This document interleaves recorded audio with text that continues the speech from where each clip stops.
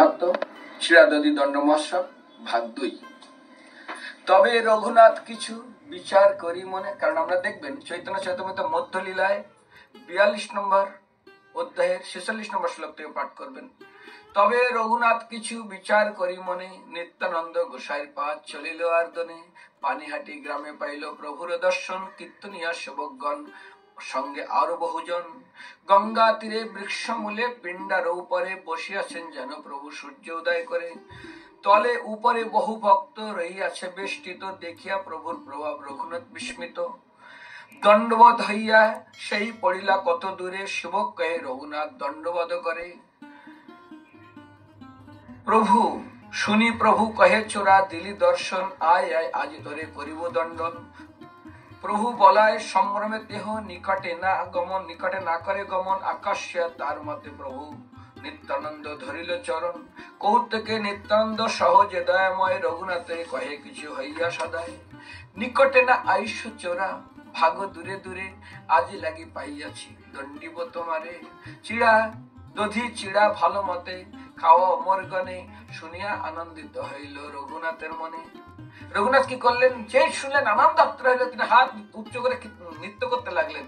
সেই ক্ষণে রঘুনাথ নিজ লোক গ্রামে পাঠাইলা, গ্রামে ভোগ্য দ্রব্য লোক সব গ্রাম হইতে আনে, চিড়া দধি দুগ্ধ সন্দেশ আর চিনি কলা সব আনি প্রভু আগে চৌদিকে ধরিলা, মহোৎসব নাম শুনি ব্রাহ্মণ সজ্জন, আসিতে লাগিল লোক অসংখ্য গণন, আর আর গ্রাম হইতে সামগ্রী সকল মাগাইল, 102 হেল্লা তাহা নাইল। যখন এই বাজারে আর কোনো বস্তু নেই, অন্য গ্রাম থেকে মাঙাচ্ছেন, 2 1 2 না 2 102 4 বড় বড় মালসা বলে, এটা বড় বড় ওইগুলো মাঙিয়েছে, 2 4 শত বড় বড় মৃত কুণ্ডিকা আনাইল, 5 সাথে এক বিপ্র 2 প্রভু লাগে চিড়া ভিজাইল তাতে। খাবে কিসে? তো এত লোক হয়েছিল, মালসা মাঙিয়েছে, 2 না 2 4 শত, এত লোক হচ্ছে, আর বড় বড় মাটির এরকম পাত্র কিনেছে।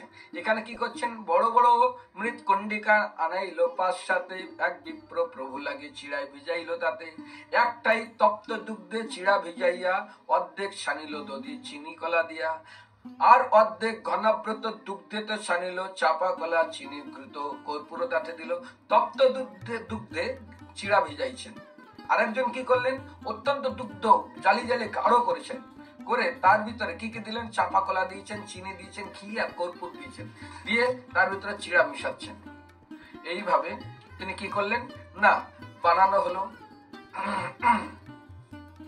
আর যখন এরকম বানানো হচ্ছে, তখন দেখা যাচ্ছে রাঘব পণ্ডিত উনি আসছেন, এবং রাঘব পণ্ডিত কি করছেন দেখুন, ধুতি পরি প্রভু যদি পীড়াতে বসিলা খাওয়ার জন্য, ধুতি পরি প্রভু যদি পীড়াতে বসিলা, 7 কুণ্ড বিপ্র তার আগেতে ধরিল। এইরকম 7 রকমের আইটেম বানিয়ে 7টা মাটির পাত্র নিত্যান্তের সামনে রেখেছেন। হেন কালে আইলা তাহা রাঘব পণ্ডিত, হাসিতে লাগিল রাঘব দেখি হইয়া বিস্মিত। রাঘব এসে বলছে, এ কি করছো? আর রাঘবের হাতে কি আছে, অনেক রকম আইটেম, প্রসাদ নিশ্চয় সকালবেলা ব্রেকফাস্ট। নিশকরি নানা মতে প্রসাদ আনিল, প্রভুরে আগে দিয়া ভক্ত গানে বাটি দিল। প্রভু কয়ে দ্রব্য দিনে করিয়ে ভোজন, রাত্রে তোমার ঘরে করিব ভোজন। আরে এত তুমি প্রসাদ নিয়ে এসছো, আমি এটা খাবো না ওটা খাবো, তুমি এক কাজ করো, তুমি ভক্তদের কিছু বেটে দাও আর কিছু রেখে দাও, আমি রাত্রে গিয়ে খাবো। নিত্যানন্দ বলছে রাঘবকে, গোপ জাতি আমি বহু, গোপগণ সঙ্গে আমি সুখ পাই এই পুলিন ভোজন রঙ্গে। আমি যখন দাপার যুগে গোপ বালক হয়ে এসেছিলাম, আমি এরকম পুলিন ভোজন করতাম, পিকনিক। রাঘবের সবাই 2 কুড়ি রাঘবের বসাই 2 কুণ্ডি দেখাইলো, রাঘব বিবিধ চিড়া তাতে ভিজাইলো। এবার রাঘব তার খাবার রেখে দিয়েছেন, আর রাঘবকে বড় বড় 2টা মালসা দিয়ে তার ভিতর চিড়া দিয়ে দিয়েছে, এবার রাঘব নিজের খাবার নিজে তৈরি করছেন। সকল লোকের চিড়া যবে সম্পূর্ণ হইল, ধ্যানে তবে নিত্যানন্দ প্রভু মহাপ্রভু আনিল। ধ্যান করলেন, আর মহাপ্রভু জগন্নাথপুরী থেকে আসলেন। মহাপ্রভু আইলা দেখি নিতাই উঠিলা, তারে লইয়া সবার চিড়া দেখাইতে লাগিলা। আর মহাপ্রভু এসছেন দেখে সবাই হরিবোল বলে উঠলেন। আর যখন হরিবোল বলে উঠলেন, আর সবাই দেখছে মহাপ্রভু চলে এসছে, আনন্দে সবাই আত্মরা করে হরিবোল বলে উঠেছেন। যেখানে খাওয়ার পাত্র নিচে থাকলো, আর সবাই উঠে দাঁড়ালো। সকল কুণ্ডি হেলনায় চিড়ায় এক এক গ্রাস, মহাপ্রভু মুখে দেন করি পরিহাস। এবারে সবার তো মাখানো হয়ে গেছে, এবার মহাপ্রভু কাছে ভক্তদের পাত্র থেকে এক মুষ্টি মহাপ্রভুর মুখে দেয়, আর মহাপ্রভু অন্য কোন একটা পাত্র থেকে এক মুষ্টি নিত্যানন্দের মুখে দেয়। এইবার দুজন দুজনকে খাওয়াচ্ছেন। হাসি মহাপ্রভু আর এক গ্রাস লইয়া তার মুখে দিয়া খাওয়ায় হাসিয়া হাসিয়া। তবে আসে নিত্যানন্দ আসনে বসিলা, চারিকুণ্ড আরিয়া চিড়া ডাইনে রাখিল। আসন দিয়া মহাপ্রভু তাহা বসাইয়া দুই ভাই করে চিড়া খাইতে লাগিলা। আর এইবারে এই করে কিশোর পরে চলে আসলেন যেখানে আসন ছিল উচ্চ বেদিস, আমাদের এখন পানিহাটিতে আছে। বসে দুই ভাই বসলেন, ভক্তরা তাদেরকে চিড়া দিয়ে নিয়ে আসলেন। আর দুই ভাই সেই মালসা থেকে সুন্দরভাবে আনন্দ করে সব ভক্তের দিকে দেখছেন, হরিবোল বলছেন, জয়ধ্বনি হচ্ছে, আর সবাই চিড়া খেতে শুরু করছে। আজ্ঞা দিল হরি বলি করহ ভোজন, হরি হরি বলি সবে করে ভোজন। এবার এনাদেরও খাচ্ছেন, আর ওনার সবাই মনের আনন্দে খাওয়া শুরু করলেন। পুলিন ভোজন সবার হইলে স্মরণ, নিত্যানন্দ প্রভু মহাকৃপাল উদয়, রঘুনাথের ভাগ্যে এত কহিল অঙ্গীকার। এবং রঘুনাথ পূর্বের জন্মের পুণ্য অনুসারে পুলিন ভোজন সবার হইলে স্মরণ, নিত্যানন্দ প্রভু মহাকৃপাল উদার, রঘুনাথের ভাগ্যে এত কইল অঙ্গীকার। নিত্যানন্দ প্রভাব জানায় কোনজন, মহাপ্রভু আনি করায় পুলিন ভোজন। নিত্যানন্দের প্রভাব দেখুন, স্বয়ং জগন্নাথপুরী থেকে মহাপ্রভু নিয়েছেন, সেটা শুধু একা দেখছেন না, সব ভক্তরা দেখছেন মহাপ্রভু এসে খাচ্ছেন। মহোৎসব শুনে বাঁশরি নানা গ্রাম হইতে, চিড়া দধি সন্দেশ কলা আনিল বেচিতে। কিন্তু খেতে যত খেতে যাচ্ছে আর তত আসছে, আর রঘুনাথ তত কিনছে। এখান থেকে খাওয়া চলছে আর জিনিসপত্র কম হয়ে যাচ্ছে, আর অন্য গ্রাম থেকে আরো আসতে যাচ্ছে, আর রঘুনাথ সেটা কিনেছে। যত দুর্বল লইয়া আসে সব মূল্য ক্রয় করি লয়, তারই দ্রব্য মূল্যে লইয়া তাহারে খাওয়ায়। আর যে যে দ্রব্য নিয়ে আসছে, ভাই কত দাম, এত দাম, এই নাও তুমি এটা তৈরি করে তুমি নিজে খাও। কৌতুক দেখি তো আইলো আর যতজন, সেই চিড়া দধি কলা করে ভোজন। আর যারা এই লীলা দেখার জন্য এসছে তাদেরকে তিনি মালসা ধরে দিয়েছেন যে তোমরা খাও। কোন কোন জন উপরে স্থান না পাইয়া, দুই হেলনা চিড়া ভিজায় গঙ্গা তীরে যাইয়া। আর উপরে জায়গা নেই, দুটো পাত্র চিড়া দধি, একটা দুধে একটা ঘিতে, এরকম ভাবে বানিয়ে তপ্ত দুধে এবং দই চিড়াতে তারা গঙ্গার তীরে চলে যাচ্ছেন। আবার অনেকে তীরে স্থান পাননি, তীরে না স্থান পাইয়া আর কতজন জলের নামে চিড়া দধি করে ভোজন। কেউ হাঁটু সমান জলে, কিরকম বলছে, কেউ উপরে, কেউ তলে, কেউ গঙ্গার তীরে। 20 জন তিনটাই পরিবেশন করে, আর 20 জন এইরকম বড় বড় পাত্র নিয়ে তিনি পরিবেশন, শুধু 20 জন পরিবেশন করছে, আর যে আসছে তাকে দিচ্ছে, মালসা ধরে দিচ্ছে আর চিড়া ধরে তাদের দিচ্ছে। 20 জন এইভাবে পরিবেশন করছে। সুগন্ধি সুন্দর প্রসাদ মাধুর্যের স্বাদ, দুই ভাই তাহা খাইল আনন্দ অপর। অনেকেই হাঁটু সমান জলে, কেউ কোমর সমান জলে, কেউ গলা সমান জলে এইভাবে খাচ্ছে, দাঁড়িয়ে দাঁড়িয়ে, জায়গা নেই। আর এখানে দেখেছে, ভোজন করি দুই ভার কইল আসমন, রাঘব আনি পরাইল মাল্য চন্দন। মুখশুদ্ধি খাওয়াইয়া কইল চরণ বন্দন, ভক্তগণে মুখশুদ্ধি আর দিল মাল্য চন্দন। রাঘবের মহাকৃপা রঘুনাথের উপরে, দুই ভাইয়ের অবশিষ্ট পাত্র দিল তারে। এরপর রাঘব পণ্ডিত দুই ভাই যে খেয়েছিলেন তার পাত্রটা নিয়ে রঘুনাথকে দিয়েছেন। কহিল চৈতন্য গোসাই করিয়াছে ভোজন, তার অবশেষ পাইলে তোমার খণ্ডিবে সংসার বন্ধন। এটা মহাপ্রভু নিত্যানন্দ প্রভু অবশিষ্ট প্রসাদ, মহাপ্রসাদ, তুমি খাও, তোমার সংসার বন্ধন কোথায় ছুটে যাবে। আনন্দিত রঘুনাথ দুই প্রভুর শেষ পাইয়া, আপন গণ সহিত খাইল বাটিয়া। একা খায়নি, সেই মহাপ্রসাদ সবাইকে দিয়ে তিনি খেয়েছেন। এতই কহিল পানি হাটির দুই ভাইয়ের বিহার, চিড়া দধি মহোৎসব খেতে হইল যার। এরপরে খুব সুন্দর আরো বানানো আছে, এবং সেখানে বর্ণনা করেছে রঘুনাথকে কিছু গুণগান করছেন নিত্যানন্দ প্রভু। বলছেন, এবে নিতাই চাঁদ কহে সব ভক্তগণে, রঘুনাথের বিষয় সুখ ইন্দ্র সুখ সমে। জানো, এই রঘুনাথের ইন্দ্রের মতো ঐশ্বর্য এনার। মহাপ্রভুর কৃপাতে সেহ নাই ভাই মনে, সবে আশীর্বাদ দেহ পায় চৈতন্য চরণে। একে আশীর্বাদ করো, এত ঐশ্বর্য তার কাছে কিছুই নাই। যেমন অন্ধের কাছে হাজারো আলো দেখালে কি লাভ হবে, ঠিক বলছে, তোমরা কৃপা করো, এই জন্য মহাপ্রভুকে পায়। তবে রঘুনাথে নিতাই নিকটে বসাইলা, তার মতে পদ ধরি কহিতে লাগলে। এই বলে রঘুনাথ এদিকে আসো এসছে, প্রণাম করো, আমাকে প্রণাম করেছে। আর দুই চরণ রঘুনাথের মাথার উপরে দিয়েছে নিত্যানন্দ প্রভু, দিয়ে বলছে, তুমি যে করাইলে ভোজন, তুমি যে করাইলে এই পুলিন ভোজন, তোমার কৃপায় করি চৈতন্য কইল আগমন। তোমার চিন্তা করো, তোমাকে কৃপা করার জন্য চৈতন্য মহাপ্রভু এসছেন। তোমার উদ্ধারিত গৌর আইলো আপনে, ছুটিল তোমার যত বিঘ্নাদি বন্ধনে। তোমার সমস্ত দুঃখ, যা কিছু বাধা বিঘ্ন, চৈতন্য মহাপ্রভু নিজে সে সম্পূর্ণ অপসারিত করে গেছে। আর শুধু তারপরে তিনি আশীর্বাদ দিচ্ছেন, স্বরূপ গোসাইয়ের স্থানে তোমার রাখিবে সমর্পণে, অন্তরঙ্গ ভিত্তর করি মহাপ্রভু তোমার রাখিবন চরণে। নিশ্চিন্ত হইয়া যাও আপন ভবনে, আচরি নির্বিঘ্নে পাবে চৈতন্য চরণে। সব ভক্তগণে তারে আশীর্বাদ করাইল, তাহা সবার চরণ রঘুনাথ বন্দিল। এরপর নিত্যানন্দ একটা কথা বললেন রঘুনাথকে, দেখো মহাপ্রভু অনেকজন আছে, অনেক ভক্ত, কিন্তু তুমি আজ বৈষ্ণব সেবা করেছো। আর এই বৈষ্ণব সেবা করেছে, বৈষ্ণবের সেবা করে দাস অভিমানে পরম গতিকে পায় বৈকুণ্ঠ ভবনে। শোনো রঘুনাথ, আমি তোমাকে আশীর্বাদ করছি, মহাপ্রভু অনেক ভক্ত, কিন্তু মহাপ্রভু কাউকে রাখবে না তার কাছে, তোমাকেই রাখবে।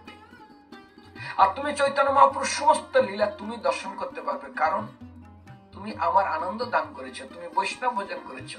আর বৈষ্ণব যারা ভোজন করে, বৈষ্ণব যারা সেবা করে, সিদ্ধির ভবতিবান অতি অর্চিত সেবানম, নিঃসংশে তদ্ভক্ত পরিচর্যাত্মকম। ভগবানকে সেবা করে আনন্দ পাবে কি না পাবে, কিন্তু ভক্ত এবং সিদ্ধি পাবে কি না পাবে এটা সন্দেহ, কিন্তু জেনে রাখো ভক্তের সেবা করার ফলে আজ পর্যন্ত কেউ নিষ্ফল হয়নি। এই জন্য বলছে ভক্তের সেবা করে দাস অভিমানে। ভক্তদের তিনটা কর্তব্য, জীবে দয়াসু নারদ, নারদকে বলছেন ভগবান জীবকে দয়া করবে, শ্রী গোবিন্দ পরাভক্তি, ভগবান কৃষ্ণকে অনন্য ভক্তি করবে, আর তদীয়নম সমর্চনম, তার ভক্তের সেবা করবে। এই জন্য বলছে ভক্তের সেবা করে দাস অভিমানে পরম গতিকে পায় বৈকুণ্ঠ ভবনে। চৈতন্য মহাপ্রভু বলছেন জীবে দয়া নামে রুচি, বৈষ্ণব সেবন ইহা বই ধর্ম নাই শুনো সনাতন। এই তিন সেবায় হইতে কৃষ্ণ প্রেম হয়, পুনঃ পুনঃ সর্বশাস্ত্রাদি ফুকারিয়া কয়। এরপরে রঘুনাথ, তবে রঘুনাথ আসি কইল রাঘবের চরণ বন্দন, পণ্ডিত দ্বারের সবিনয়ে দৈন কইল নিবেদন। অধম পামরময়ী এহান জীবাদম, মোর ইচ্ছা হয় আর এক শুনো ভক্তগণ। প্রভুর আজ্ঞা লইয়া রঘুনাথ আজ্ঞা কইল, বৈষ্ণবের আজ্ঞা কইল, রাঘব পণ্ডিতের সে নিবৃত্ত যুক্তি কইল। যুক্তি করি শত মুদ্রা সোনা তালি সাথে, নিবৃত্ত দিল প্রভুর ভান্ডারির হাতে। তবে নিষেধ দিল প্রভু এবে না কহিবার, নিজ ঘরে যাবে তবে। এবার কিছু ভোজন দক্ষিণা দান করলেন, আর বললেন রঘুনাথ এখন নিত্যানন্দকে বলবেন না, যখন তিনি গৃহে যাবেন তবে। তবে পুনঃ রঘুনাথ কহে পণ্ডিতেরে, যদি এবে আজ্ঞা হয় নিবেদিত। আরেকটা নিবেদন আপনার কাছে করবো, রাঘব পণ্ডিতকে বলছেন, প্রভুর সাথে যত প্রভুর ভিত্তাশ্রিত জন পুজিতে চাই যে আমি সবার চরণ, যারা যারা এসছে তাদেরও আমি কিছু কিছু দক্ষিণা দিতে চাই। 20, 50, 10 আর পঞ্চদশদয় মুদ্রা দেয় বিচারিয়া যোগ্য যা হয়। সবে লেখা করিয়া রাঘব পাশ দিল, যার নামে যত পণ্ডিত চিঠি লেখাইল। এখানে 2, 5, 50, 100, 100 যার যেরকম যোগ্যতা সেই হিসেবে তিনি দক্ষিণা পাত্রে হাতে দেয়নি, সবার সামনে দেয়নি।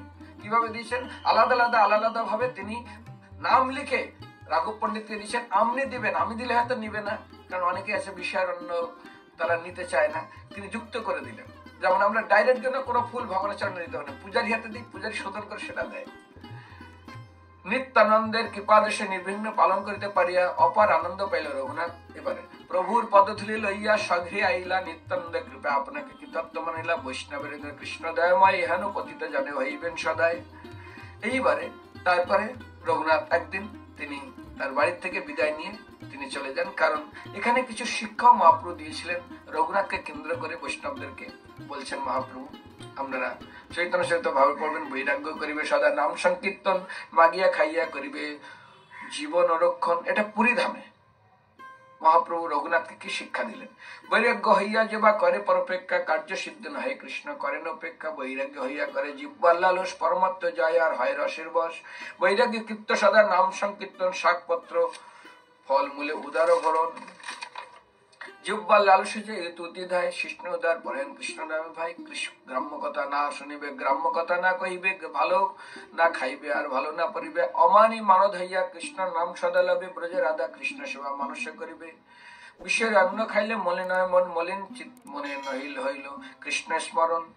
এই জন্য মহাপ্রভু তিনি বিশেষ করে রঘুনাথকে দিয়ে বিষয় বলেছেন, আমা হইতে আমার ভক্তের পূজা শ্রেষ্ঠ, বেদে ভাগবত ইহা এই কথা কইল দৃঢ়। মহাৎ কৃপা বিনে কোনো কার্য সিদ্ধ নেই, কৃষ্ণ কৃপা দূরের হও সংসার নেই ক্ষয়।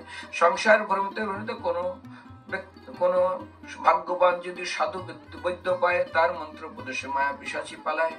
এইভাবে ক্রমান্বয়ে মহাপ্রভু সুন্দর ভাবে বর্ণনা করছেন। কৃষ্ণ বলি যেই জীব অনাদির বহন্মুখ, অতএব মায়া তারে দেয় সংসার আদি দুঃখ, কবু স্বর্গে উঠায় কবু নরকে ডুবায়, দণ্ডজনে রাজা জন নদীতে চুবায়, সাধু শাস্ত্রের কৃপায় যদি কৃষ্ণোন্মুখ হয়, সেই জীব নিস্তারে মায়া তাহারে ছাড়ায়। তাতে কৃষ্ণ ভজে জীব করে গুরু বৈষ্ণব সেবন, মায়া জল ছুটে পায় কৃষ্ণের চরণ। ৬৪ ভক্তের অঙ্গের মধ্যে নবদ্বিধা ভক্তি, শ্রেষ্ঠ নবদ্বিধা ভক্তি, কৃষ্ণ প্রেম কৃষ্ণ দিতে ধরে মহাশক্তি। তার মধ্যে সর্বশ্রেষ্ঠ নাম সংকীর্তন, যা হইতে পায় জীব ব্রজেন্দ্র নন্দন। নাম সংকীর্তন হইতে পাপ ও সংসার নাশন, চিত্ত শুদ্ধি সর্বভক্তি সাধন উদ্গম। কৃষ্ণ প্রাপ্তি কৃষ্ণ প্রেম উদ্গম, প্রেমামৃত আস্বাদন, কৃষ্ণ প্রাপ্তি শিবামৃত সমুদ্র মর্জন। খাইতে শুইতে যথা তথা নাম লয়, দেশকাল পাত্র আদি বিচার নাই হয়। হরে নম হরে নম হরে নমৈব কেবলম, কলৌ নাস্তব্য নাস্তব্য নাস্তব্য গতিরতায় ইতি শোষকম কলিকাল মোশনাশনম নাত পরতরূপায় সর্ববেদুষদিশত। আমি বলছি না, মহাপ্রভু বলছে, এই মহামন্ত্রময় দিলাম সবাকারে, নির্বন্ধ ক্রিয়া জপ করো সবে গিরে। ১০-৫ অতএব ১০-৫ মিলি নিজের দ্বারেতে বসিয়া কীর্তন করবে সবে হাতে তালি দিয়া। সন্ধ্যা হইলে আপন দ্বারে সবে মিলি কীর্তন করবেন সবে দিয়া হাত তালি। এই মতে নগরে নগরে সংকীর্তন করাইতে লাগলেন শ্রী সচিনন্দন সর্বদা শ্রীমুখে। হরে কৃষ্ণ হরে হরে বলিত আনন্দ ধারা বহে নিরবধি ধরে। অতএব গৌর যে নাম শিখাইল, অন্য কোন নাম না, অতএব গৌর যে নাম শিখাইল, অন্য সব নাম আত্মে সেই নামে পাও। রাত্রে দিন নাম লয় খাইতে শুইতে, তাহার মহিমা বেদে নাহি পারে দিতে। কি ভজনে কি শয়নে কিবা জাগরণে, অহর্নিশি নিশি বলো কৃষ্ণ বলো বদনে। পশু পাখি ক্রীড়াদি বলিতে না পারে, উচ্চ সংকীর্তনে তারা সপ্তাহে উচ্চ সংকীর্তনে পর উপকার করে। অতএব উচ্চ করে কীর্তন করিলে শতগুণ ফল হয়, সর্বশাস্ত্র বলে। কৃষ্ণ নাম মহামন্ত্র এই তো স্বভাব, যেই জপে তার কৃষ্ণ উপজয় ভাব। সাধুর সঙ্গে কৃষ্ণ নাম এই মাত্র চাই সংসার, যিনিতে আর অন্য বস্তু নাই। যেই ভজে সেই বড়, অভক্ত ইনসার, কৃষ্ণ ভজনে নাই জাতি কুলাদি বিচার। দীক্ষাবিধি পরিচর্যা অপেক্ষা না করে, জিহ্বা স্পর্শা চণ্ডালে সবার উদ্ধারে। অতএব কলিযুগে নাম যোগ্য সার, অন্য কোন ধর্ম কইলে না হয় পার। রাত্রে দিনে নাম লয় খাইতে শুইতে, তাহার মহিমা বেদে নাহি পারে দিতে।